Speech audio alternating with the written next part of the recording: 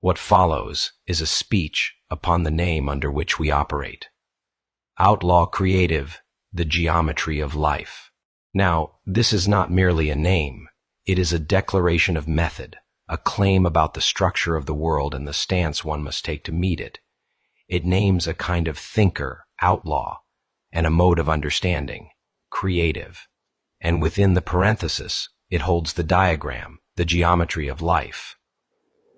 It is no accident that the outlaw comes first, nor is it a mistake that creativity is anchored not in artifice but in life's geometry.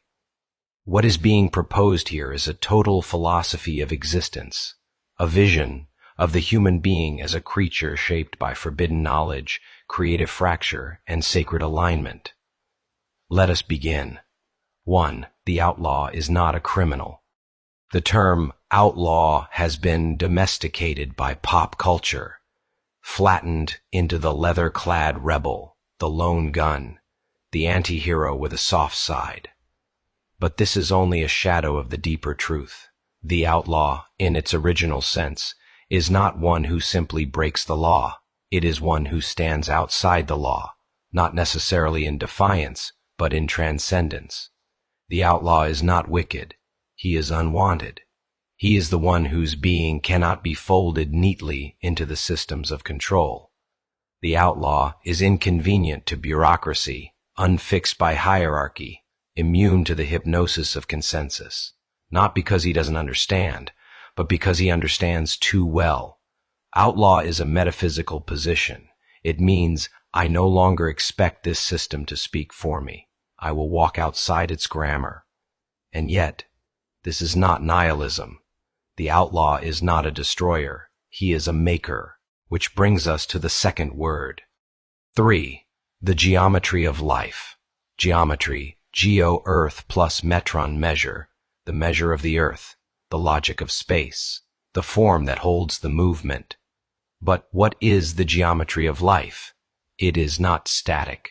It is not pure form. It is not the triangle drawn on the chalkboard, but the spiral of time in the living body. It is the arc of muscle memory, the tilt of a hand as it reaches toward the sacred, the angles of departure and return, loss and reconciliation. It is the architecture of forgiveness, the hidden symmetry of grief.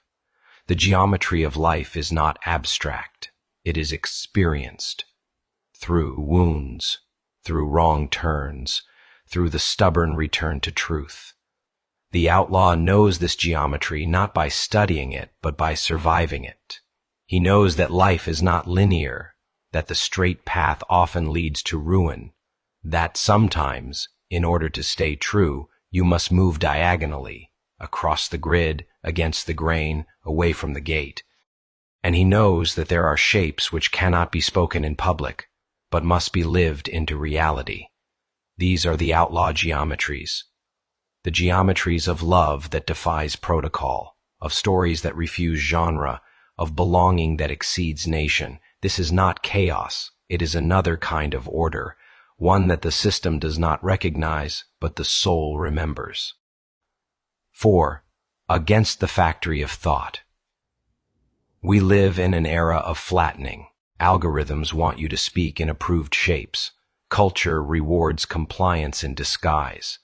Education, increasingly, does not teach thought, but repetition. The world is becoming a factory of sameness. Every image is a meme.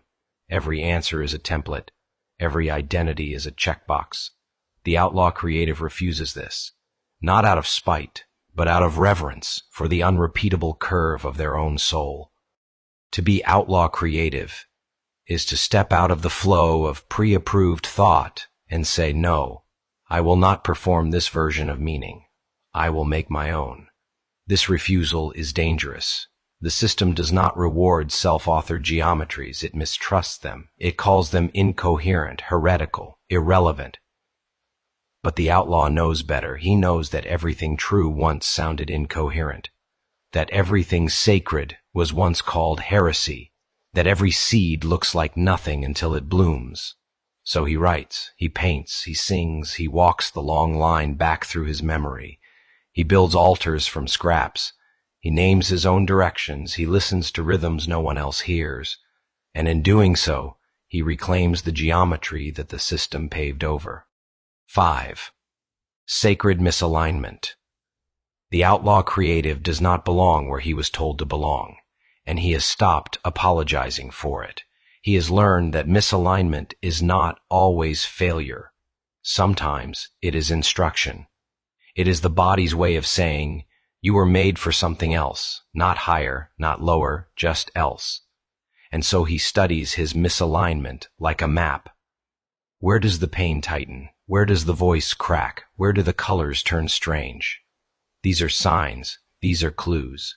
They are not problems to be solved, but coordinates to be followed. The system calls them symptoms, the outlaw calls them stars. This is the sacred geometry of exile, the path that only reveals itself once you stop trying to return to where you were never meant to be. 6. Learning the angles of the self. Every life contains shapes it cannot name. Memories that don't fit the timeline, desires that exceed the language, losses too wide for the casket. The outlaw creative takes these shapes seriously. He does not rush to flatten them into story. He lets them stand as angles, as tension, as unresolved points. Over time, a pattern emerges, but it is not the neat pattern of a corporate brand or a spiritual cliché. It is the pattern of you, singular, asymmetric, alive.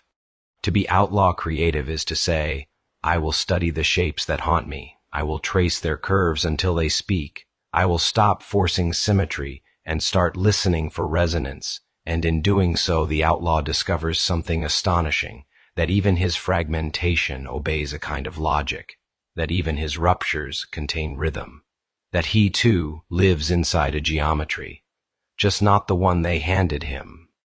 7. Time, suffering, and form. Creativity is not made in the moment of inspiration. It is made in the long stretch of confusion, in the night when the answers don't come, in the year when the meaning thins out, in the betrayal that guts you. The geometry of life is not clean.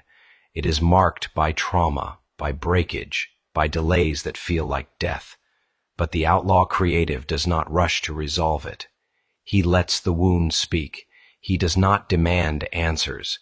He waits for form to rise out of suffering, not as explanation, but as shape. He knows that the wound can become a window, that the delay can become a doorway, that the ruin, when drawn slowly, becomes a line that guides the next movement.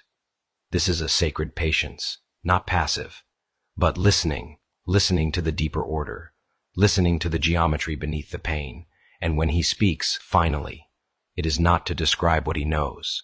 It is to show the path his bones have taken through the world. That path becomes a structure. That structure becomes a song. That song becomes a shelter. 8. The laws of the unwritten. To be outlaw creative is not to be lawless. It is to obey another law, one that is older than policy, deeper than doctrine. There are laws that live in the body, laws that govern how grief moves, how truth emerges, how real change enters a life. These laws are not written in books. They are written in blood, in breath, in days of silence that crack open into clarity. The outlaw creative learns to trust these laws. He may break rules, but he does not break alignment. He knows that even freedom has geometry, that even chaos has choreography, that even rebellion must answer to rhythm. He listens to that rhythm, and he shapes his life by it. 9. The archive of the outlaw. The outlaw creative does not always write in journals. He writes in movement. He writes in choices. He writes in the way he shows up in the room. But he is making a record. He is creating an archive that cannot be stolen, a map of pattern and refusal, a body of work that speaks even when the speaker is gone. This archive may not win awards, it may not sell, but it holds. It holds the shape of a soul that refused to be flattened. It holds the pattern of a man who walked crooked rather than conform. It holds the testimony of someone who saw through the grid and drew his own. This archive is sacred, and one day someone else will find it and say, this was a way through. 10. Conclusion: the compass and the wound. To live as outlaw, creative, the geometry of life, is to reject the illusion of neutrality. It is to declare, I am located, I am shaped, I am outside their system, and I am still here. It is to carry the wound like a compass, not as proof of victimhood, but as orientation toward truth. It is to reject the straight lines of power and walk the living curves of meaning. It is to say, I will not ask permission to exist. I will not explain my difference. I will not wait for the world to understand my angles. I will learn the shapes as they emerge from my own becoming. And I will call that study not deviation, not madness, not rebellion. I will call it what it is. Outlaw, creative, the geometry of life.